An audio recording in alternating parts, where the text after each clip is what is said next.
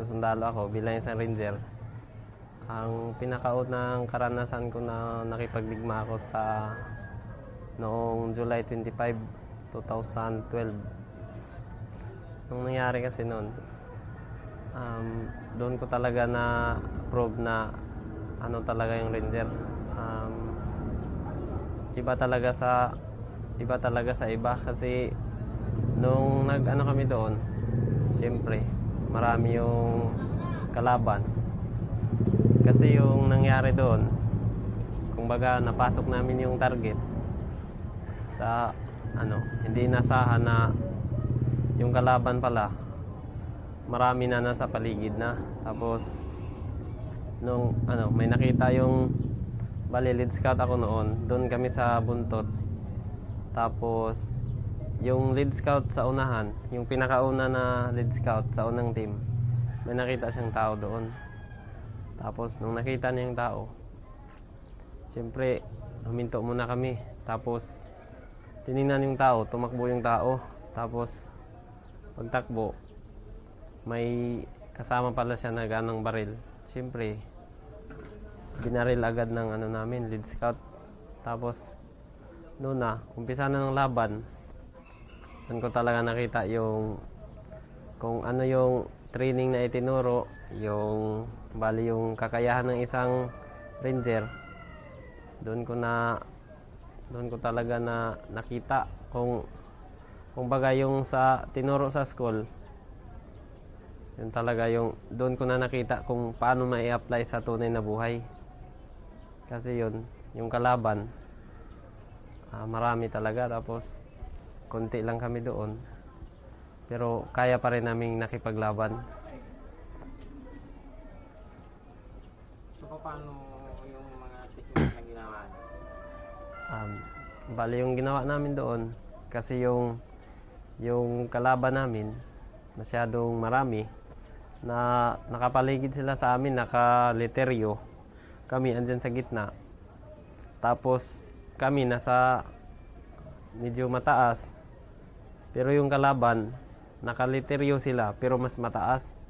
Tapos yung sa kaliwa namin, pababa, sa kanan, pababa. Walang ibang daan magmaneuver kundi sa likod. Pero hindi namin ginawa yun sa likod kasi pag dumaan kami sa likod, masyado nang pababa, wala na kaming daanan para makaakyat pa ulit. Ano yung need kayo nila sa next po, no? Yes, kami, sir. Kasi na-interview namin sila kahapon. Ay, kahapon isang araw. So, pwede mo lang i-inform sa akin kung paano talaga yung balito. Kasi naging pintakasi na yung balito, di ba? Yes, sir. Di ba maraming namatay? Bakit? Kasi yung napasok namin yung area, yung bahay na nasa harapan, yung tumbok talaga namin nung unang skirmish pa lang ng tropa. Doon pala nakapwesto yung pinaka meeting, parang session hall nila. Andun nakapwesto yung nila, yung flag. Andun pa, tapos yung nasa paligid nila yung mga nagduduyan. Tapos sa unahan, marami pang yung mga ginagawa nilang mga kubo doon. Tapos mataas sila, kaya kung napasok namin yun na kung mabulaga man namin yung kalaban, pero pag ang kalaban umatras, nasa taas pa rin sila. Yun pa rin yung doon, yung bali yung yung ginawa na lang namin doon, nakipagsabayan na lang kami. Tapos siyempre yung mga kasama namin may mga sugatan, tapos may mga nasawi. Siyempre bilang isang ranger, hindi namin sila pinabayaan na makuha ng kalaban. Kaya nung nasa harapan ako, nung may natamaan na isa, dinala ko siya sa likod. Ang sabi niya kasi, hindi na kaya kasi may tama na siya. Hindi na siya kahit yung sarili ng baril, hindi na kayang mabuhat. Tapos dinala ko siya sa sa likod. Kahit maano yung kalaban, marami, pumuputok. Dinaan ko na lang sa lakas ng loob, tapos yung confident. Alam ko naman andyan yung mga kasama namin mag-cover fire sa akin habang ako'y tumatakbo. Siyempre, nadala ko yung kasama ko na sugatan doon sa likod. Tapos doon, ginawa namin ng paraan para makakuan siya. Maka-survive yung buhay niya. Pinurst aid namin. Tapos, naghintay na lang kami ng reinforce. Pwede mo bang banggitin yung pangalan ng ginawa? Yung bali yung kasama ko na dinala ko si Sergeant Buna. Yun yung dinala ko sa likod.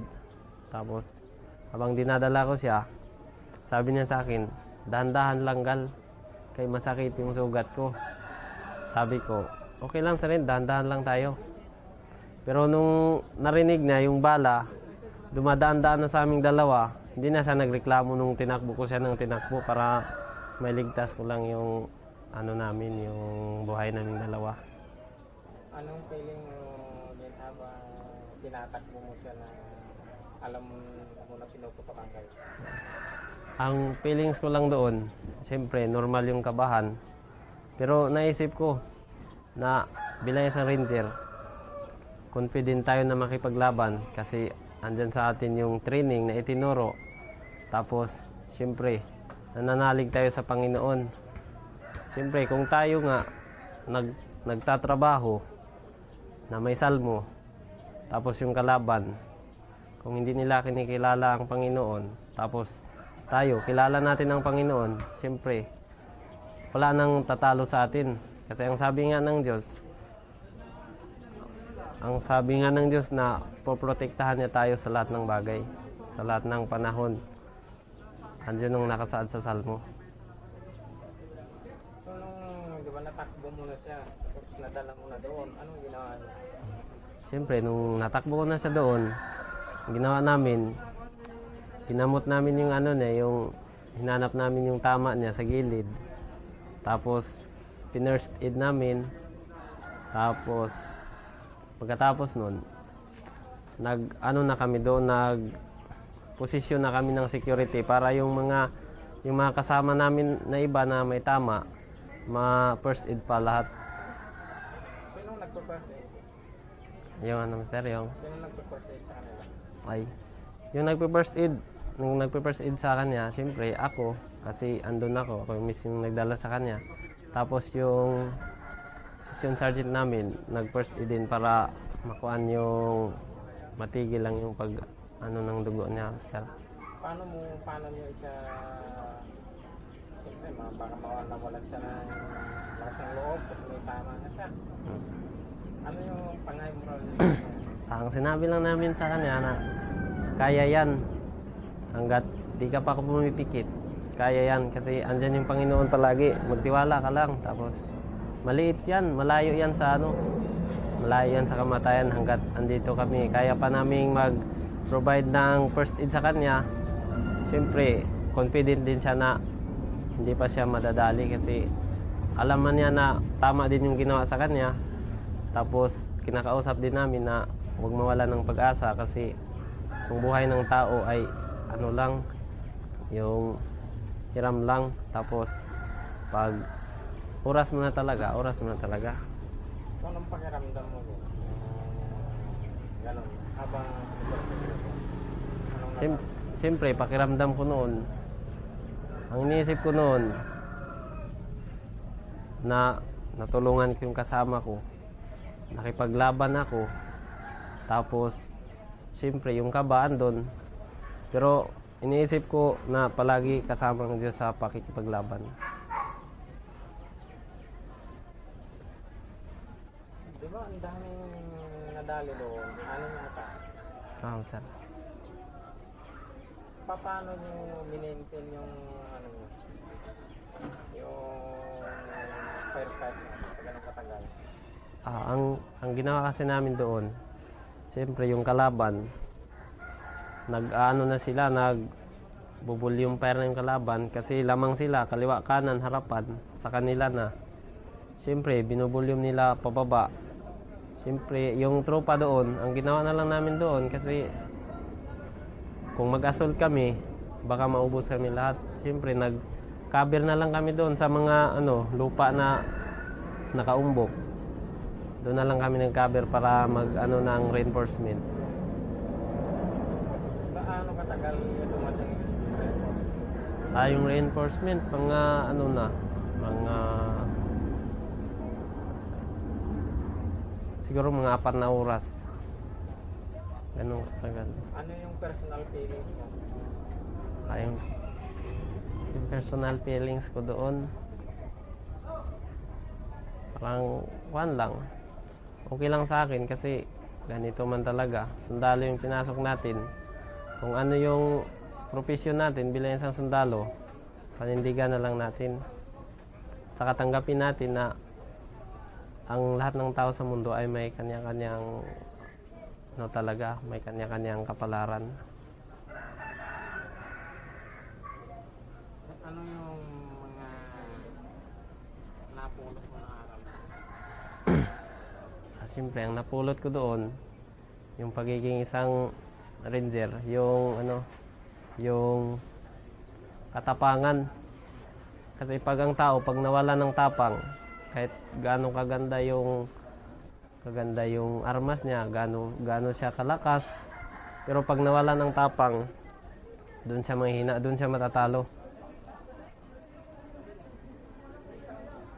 Paano mo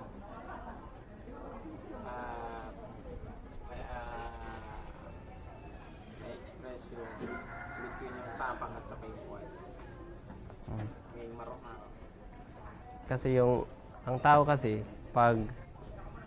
ang sundalo, kapag matapang siya, tapos yung tao na nawala ng tapang, kasi yung tao pag nawala ng tapang, hindi na niya alam kung paano gumalaw ng maayos, paano mag-isip ng maayos.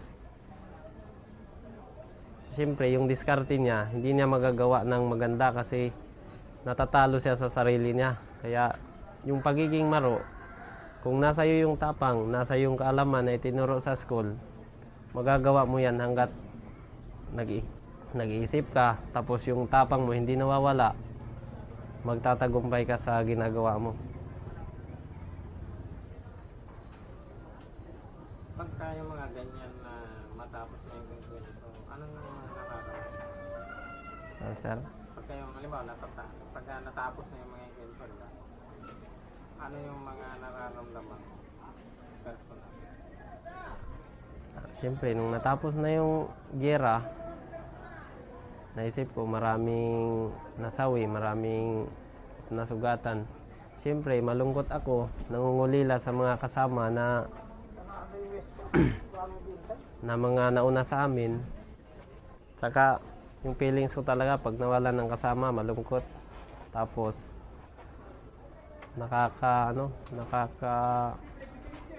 tawag nito, yung parang hinahanap mo sila palagi ba, na andyan lang sila sa paligid, pero wala na, hindi mo na makikita kasi nauna na pala sila.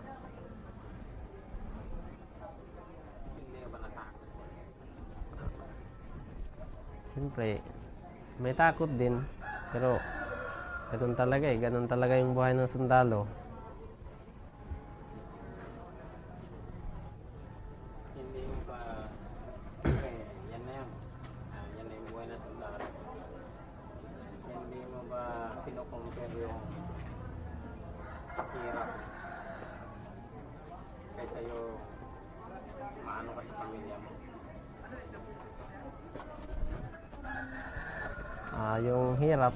Yung hirap sa pagiging sundalo. Siyempre, malayo sa pamilya.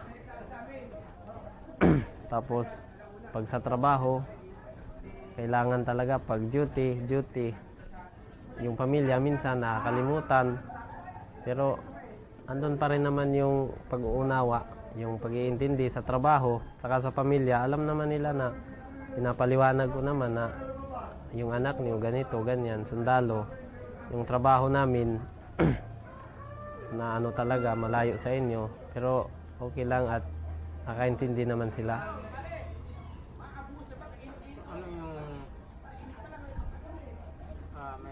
nangyari na nag-suggest ka sa senior?